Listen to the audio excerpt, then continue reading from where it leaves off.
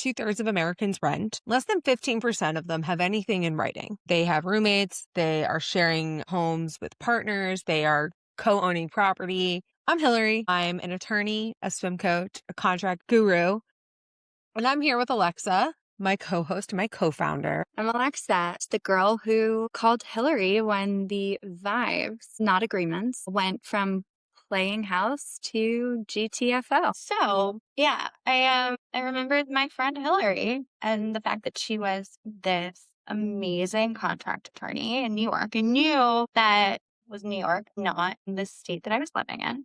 But I knew if she didn't know the exact law of the land where I was, she would know how to get the answers. So when you called me, I just remember I was sitting at my desk and I was in the middle of the workday and I had to look at my phone and think to myself, is this for real right now? It's at like a Tuesday and he wants her out by end of day.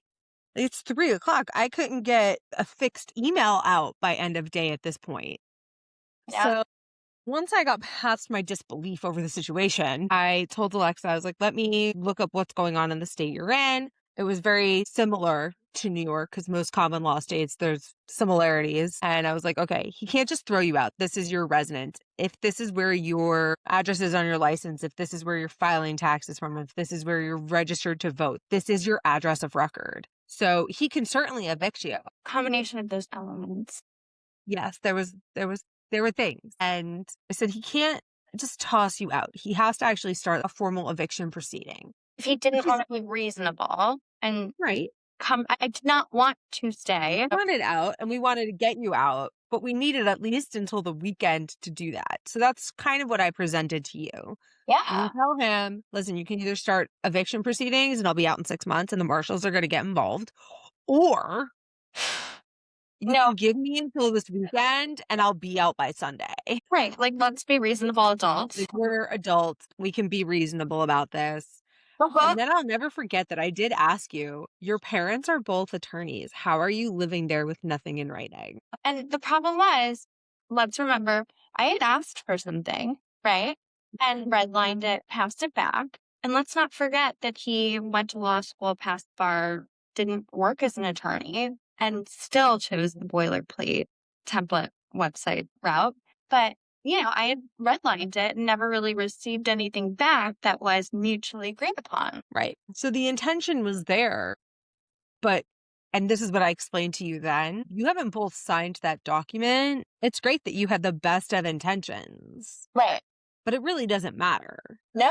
So we get Alexa moved out. Several of her friends came down and helped her pack everything up. Everyone should have friends like mine. And then I called you a week or two later and I said, hey, is it cool if I use your story as the basis for just quick Know Your Rights website where people can just log on and see? You can't just throw me out of my home. With the height of waters, things like that too. It goes both ways. Waters. It was the height of people buying property together and moving in together because leases were ending and people weren't working. And it just made so much sense. Right. Yeah. So that's kind of what made us, I would say, self-proclaimed experts in shared housing. Because once we started doing research and a lot of research, and we talked to our friends and family members and strangers that I heard at Whole Foods were having roommate disputes at school, because I wanted to know, like, what's the problem? We then took my idea and Alexa was like, no, we should start a business because we are not the only people dealing with these situations.